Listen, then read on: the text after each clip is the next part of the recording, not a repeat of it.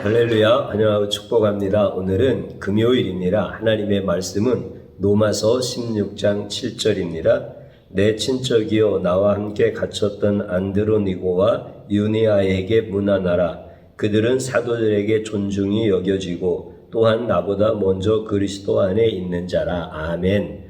주님의 보혈로 다 씻어주시고 오늘도 예배 중에 우리를 치유하시는 하나님 아버지께 모든 찬양과 존귀와 영광을 올려드립니다. 특별히 우리 예수님은 나 같은 죄인을 지옥의 불구덩이에서 건져내시고 이 험한 세상 가운데서도 주님을 따르게 하시는 은혜의 주님이십니다.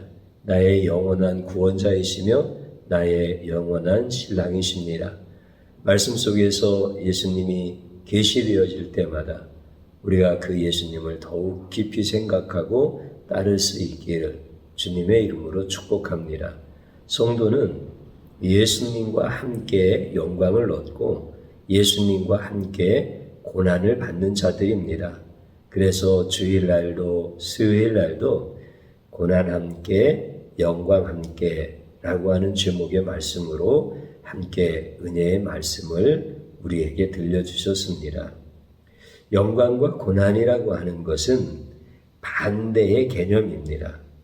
그런데 뗄래야 뗄 수 없는 관계인 것을 우리가 잘 알고 있습니다.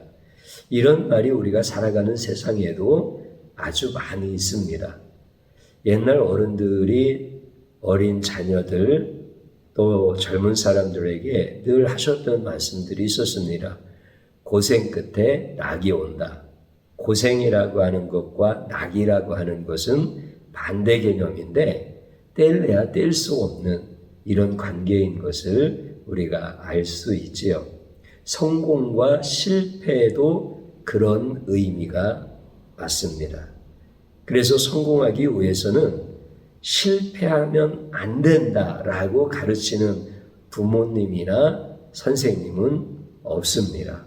오히려 실패는 성공의 어머니다. 이렇게 가르치는 부모님이 훌륭하시고 선생님이 훌륭하신 겁니다. 이렇게 성공과 실패라고 하는 것은 반대의 개념이지만 꼭 필요한 짝과 같이 함께 존재합니다.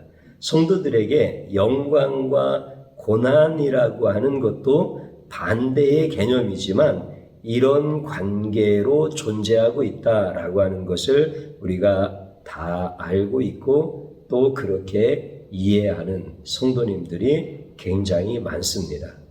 어느 정도는 맞는 부분도 있지만 그것은요, 성도님들이 삶에 적용할 때 필요한 정도로 맞는다라고 보면은 정확한 거고요. 실제 개념으로서 성공과 실패의 개념과 같이 영광과 고난의 개념을 이해하면 안 된다라고 하는 것입니다. 그러므로 주의 종이 성도님들에게 고난은 영광의 조건이 아니다라고 이렇게 굉장히 강조하여 말씀을 드리는 것입니다. 실패는 성공의 조건입니다. 그러나 고난은 영광의 조건이 아니다라고 하는 것이 성경을 통하여서 하나님이 우리에게 말씀하시는 것입니다. 이것을 좀 더 쉽게 말씀을 드리면 실패는 싫지만 성공을 위해서 참는다라고 모든 사람들이 생각합니다. 그리고 그것은 맞습니다. 그렇다고 한다면 고난은 싫지만 영광을 위해서 참는다 이렇게 생각을 한다면 고난과 영광의 개념이 실패와 성공의 개념과 같다는 겁니다. 그러면 제가 한번 질문을 드려봅니다. 고난은 싫지만 영광을 위해서 참는다라고 하는 말이 맞습니까? 틀립니까? 성경적으로 한번 대답해 보시기 바랍니다. 성경적으로 정확하게 틀립니다. 만약에 고난은 싫지만 영광을 위해서 참는다라고 하면 실패와 성공의 개념과 똑같은 의미가 되어진다라고 하는 것입니다. 그러면 실패는 성공의 어머니라고 하는 말처럼 고난은 영광의 어머니라는 말도 동일하게 쓰여져야 합니다. 그러나 성경은 이것을 철저하게 배격하고 있다라고 하는 사실입니다. 다시 말씀드리면 우리와 같은 타락한 죄인이, 전적으로 타락한 죄인이 고난을 10,000,000번을 당한다 하여도 예수님이 주시는 영광을 얻을 수 없다라고 하는 것입니다.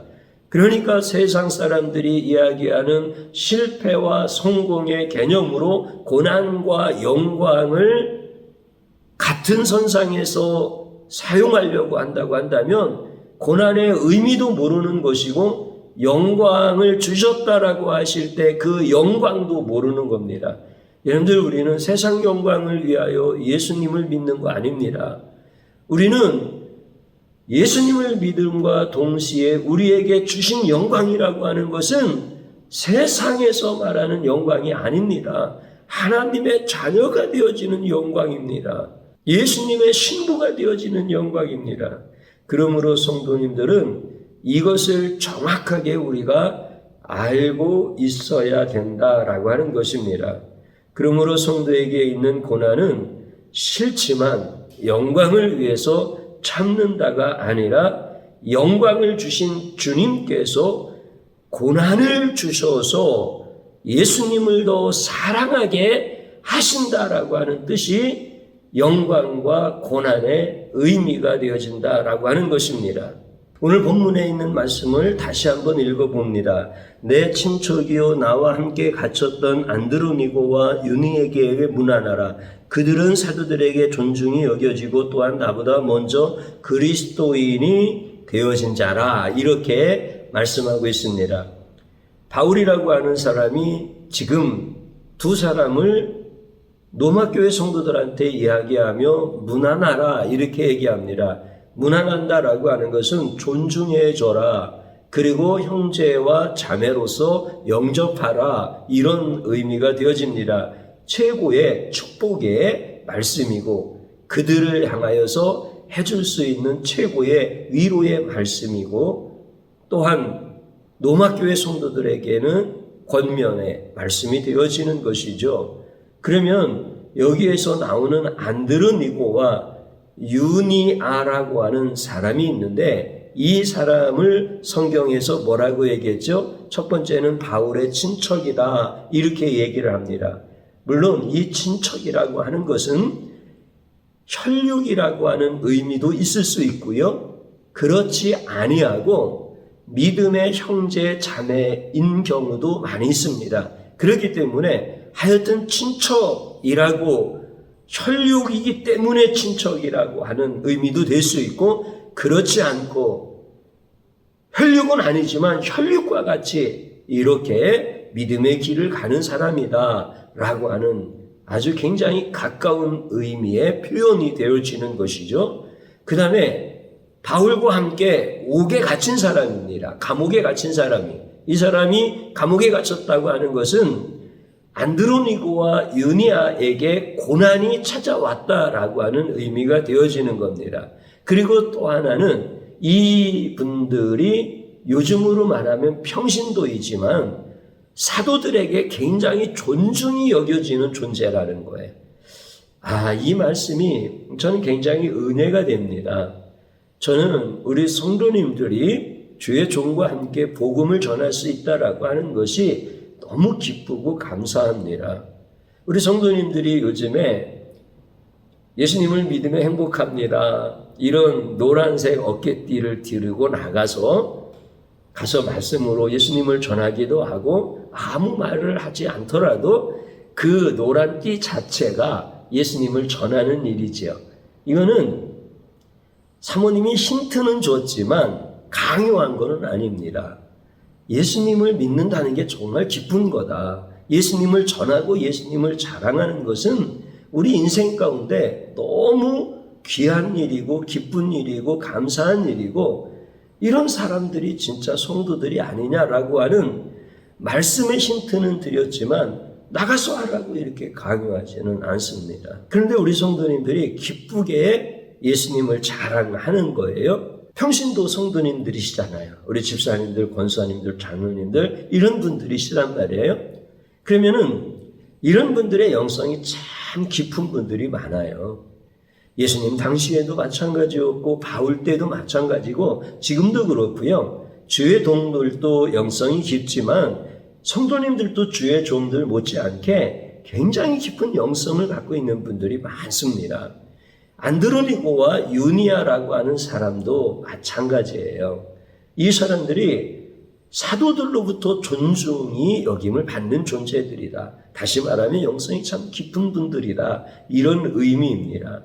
그리고 바울보다도 먼저 예수님을 믿었던 사람이라는 거예요. 이렇게 특징적으로 네 가지를 얘기하고 있어요. 한 절의 말씀 속에서. 그러면은 있잖아요. 제가 이제 안드로니고와 유니아가 바울과 함께 감옥에 갇힌 거예요. 예수 믿는 것 때문에 고난을 당하고 있는 거예요. 그러면은 제가 한번 질문을 드려보겠습니다. 안드로니고와 유니아라고 하는 분들이 고난을 당할 때 싫어했을까요? 좋아했을까요? 이 질문이 참 쉽지는 않습니다. 정말입니다. 쉽지는 않습니다. 그래도 제가 질문을 드리는 것은 자꾸 제가 설명을 좀 해드리고 싶고 우리 성도님들도 복음을 누구를 만나서도 설명할 수 있는 나의 옷에 잘 맞는 것으로 제가 도움을 드릴 수 있으면 좋겠다는 생각으로 질문을 드리는 겁니다. 안드로니고와 유니아가 지금 예수님을 믿는 것 때문에 고난을 받고 있습니다. 그런데 이 고난이 좋았을까요? 싫었을까요? 답 자체도 쉽지는 않지만 답을 알고 있다고 하더라도 말하고 싶지 않은 답이지요. 그러면 또 한 번 제가 다른 방향에서 질문을 드려볼게요. 안드로니고와 유니아라고 하는 사람은 예수님과 같이 있는 것을 좋아했을까요? 아니면 가끔 가다가 예수님과 같이 있는 것을 좋아했을까요? 당연히 이것은 답이 나오죠. 항상 같이 있는 것을 좋아한 사람이 바로 영성이 깊은 사람이고 그 사람이 바로 안드로니고와 유니아라고 하는 사람입니다. 그러면 예수님과 항상 같이 있는 것을 좋아했다라고 하는 것은 고난을 좋아했다라고 하는 것과 같습니다. 그러면 이 영성이 깊은 두 분은 고난을 당하는 것을 좋아했다라고 하는 것이 정답이다라고 하는 것입니다. 사랑하는 성도님 여러분, 성도가 고난을 당하는 거예요. 저 역시도 마찬가지예요. 저와 여러분들이 고난을 당할 때 왜 고난을 당하죠? 조금 솔직하게 한번 생각해 보시죠. 안드로니고와 유니아라고 하는 사람이 감옥에 들어가서 고난을 당해요. 그러면 왜 고난을 당하죠? 우리는 궁극적으로 예수님 믿는 것 때문에 고난을 당한다. 이런 영적 해석을 알고 있어요. 그런데 오늘 제가 조금 더 솔직하게 한번 생각해 보자 라고 하면서 왜 고난을 당하는지에 대한 이유를 한번 같이 찾아보고 싶은 거예요. 안드로니고와 유니아라는 사람이 왜 감옥에 갇혀서 고난당하죠? 이거는 정확한 겁니다. 세상 사람들한테 물어보면 답이 금방 나옵니다. 그 사람들은 우리처럼 고민하지 않습니다. 뭐라고 얘기하느냐면 힘이 없어서 그렇겠지, 능력이 없어서 그렇겠지, 뭔가 잘못했으니까 그렇겠지, 이렇게 답이 딱 나옵니다. 여러분, 우리가 이것을 간과하면 안 됩니다. 안드로니고와 유니아라는 사람이 감옥에 갇혀서 고난을 당하는 것은 힘이 없기 때문에 그렇습니다. 힘이 만약에 있다고 한다면 자기들도 고난을 당하지 않고 자기들이 그렇게 사랑하고 존경하고 함께 복음을 전하는 바울 선생님을 감옥에 그대로 놔두고 싶지 않은 게 당연한 것 아니겠습니까? 힘이 있다고 한다면 당시의 경찰서장을 안다, 충분히 감옥에 안 갇히고도 빼내올 수 있는 이런 권세가 있다. 그러면 고난을 받으면서 그 감옥에 들어가 있었겠어요? 그렇지 않지요. 그런데 힘이 없는 거예요. 능력이 없는 거예요. 그리고 영적으로 볼 때 감옥에 갇힐 수도 있는 고난을 하나님이 징계를 통하여 주실 수도 있어요. 다시 말하면 경건하지 않다라고 하는 거예요. 세상 사람들이 죄 지었으니까 감옥에 갔겠지, 이런 얘기예요. 그러니까 여러분들 이거를 혼돈하시면 안 됩니다. 우리는 궁극적으로 영적으로 예수님 믿는 것 때문에 고난당했다 이렇게 얘기해요. 그런데 이것을 여러분들이 검증 없이 예수님 믿는 것 때문에 고난당했다 이렇게 자기의 의를 이야기하려고 얘기하는 것은 저와 여러분들이 철저하게 알고 회개해야 될 영역 중에 하나다라고 하는 것입니다. 성도는 고난당할 때 저도 마찬가지고 그 다음에 안드로니고와 이은이아도 마찬가지고 힘이 없어서 고난당한 겁니다. 이것을 다른 말로 말하면 무능이라고 합니다. 내가 힘이 없는 거예요. 내가 권세가 없는 거예요. 내가 경건의 능력이 없는 거예요. 그렇기 때문에 나는 이것을 가리켜서 무능한 나의 모습이다 라고 이렇게 말을 하는 거예요. 내가 무능하기 때문에 고난이 온 거예요. 내가 무능하기 때문에 지금 고난을 당하고 있는 것이 안드로니고와 이은이아도 마찬가지다라고 하는 겁니다. 그들도 무능하니까 지금 감옥에서 고난을 당하는 겁니다. 그러면 바울은 안 그러냐? 바울도 마찬가지라는 거예요. 바울이 경건의 능력이 있어서 기도하면은 다 기적이 일어나는데 참고 있는 거야, 고난을. 이렇게 이해하면 안 됩니다. 기적도 맨날 주시는 줄 아세요? 바울은 기도하면 다 감옥 문이 열리는 줄 알아요? 그렇지 않아요. 사람들은 너무 오해를 많이 하는 거예요. 지금 바울도 능력이 없으니까 고난을 당하고 있는 거예요. 안드로니고와 이은이아도 마찬가지인 거예요. 그런데 이 무능이라고 하는 것이 나에게는 고난인데 우리 예수님께서 나에게 무능을 주실 수도 있고 유능을 주실 수도 있는데 무능을 주신 것은 예수님이 그 시간에 같이 있어. 나는 무능한 존재라고 유능하신 주님이 나와 같이 있었으면 좋겠다라고 하는 이 고백을 받고 싶은 거예요. 그리고 그 고백을 드릴 때 주님이 그 자리에 같이 계신 거예요. 이게 고난의 의미고 이게 무능의 의미고 이게 오늘 우리 삶 속에서 절대로 오해하면 안 되는 영역 중에 하나다라고 하는 겁니다. 그래서 영성이 깊은 성도들은 고난을 영광의 조건으로 여기지 않습니다. 그래서 고난을 싫어하거나 고난을 피하지 않습니다. 그리고 고난을 잘 극복해서 영광을 얻으리라라고 하는 망상적인 생각을 영성이 깊은 사람들은 절대로 하지 않습니다. 고난이 왔을 때 나의 무능을 보고 나의 무능을 주님 앞에 철저하게 고백하면서 나에게 능력이신 주님이 필요합니다. 나의 능력의 원천이신 주님이 나를 구원하실 수도 있고 나를 이 자리에서 천국으로 데려가실 수도 있고 나를 이 자리에서 위로하실 수 있고 나를 이 자리, 이 사건 속에서 감사하고 기뻐하게 하실 수 있는 분은 철저하게 주님이십니다. 그러면서 그 고난의 시간에 주님을 만나는 거예요. 이게 고난의 진정한 의미가 되어지는 것입니다. 영성이 깊은 사람도 고난 자체를 좋아하지 않습니다. 만약에 고난 자체를 좋아하는 사람이라고 하면 정신적으로 이상한 겁니다. 자기 고통을 즐기는 이런 사람들 있잖아요. 이거는 정신적인 문제입니다. 영성이 깊은 사람들도 고난 자체는 좋아하지 않습니다. 그러나 고난으로 말미암아 나의 무능을 보았고 나의 무능을 통하여서 예수님을 본 겁니다. 예수님을 사모한 겁니다. 예수님의 필요함을 절절히 고백하는 겁니다. 이게 예수님과 함께하는 고난이고 영광과 함께 주시는 고난의 의미가 되어지는 것입니다. 사랑하는 성도님 여러분, 이제 오늘 이 밤에 저와 여러분들이 이거에 대해서 정확하게 주님을 향하여 고백할 수 있는 이런 시간이 되어지기를 주님의 이름으로 축복합니다. 저를 한번 따라서 해보시기 바랍니다. 고난과 영광의 뜻을 모르고 실패와 성공처럼 오해한 죄악을 용서하소서 하나님의 진심으로 회개하는 것입니다.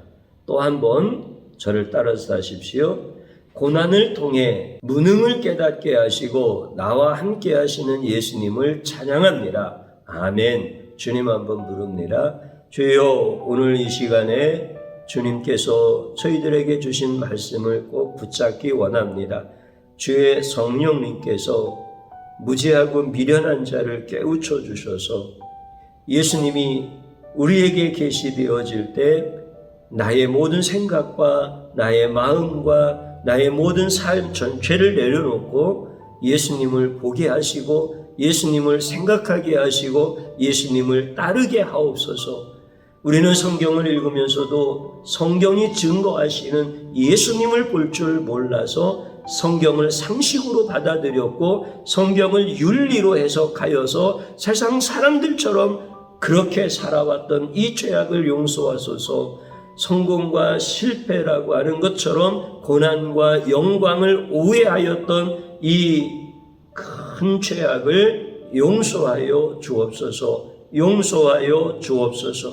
이제 진심으로 주님을 사랑하고 진심으로 주님을 높여드리는 가장 복된 성도로 살기를 원합니다.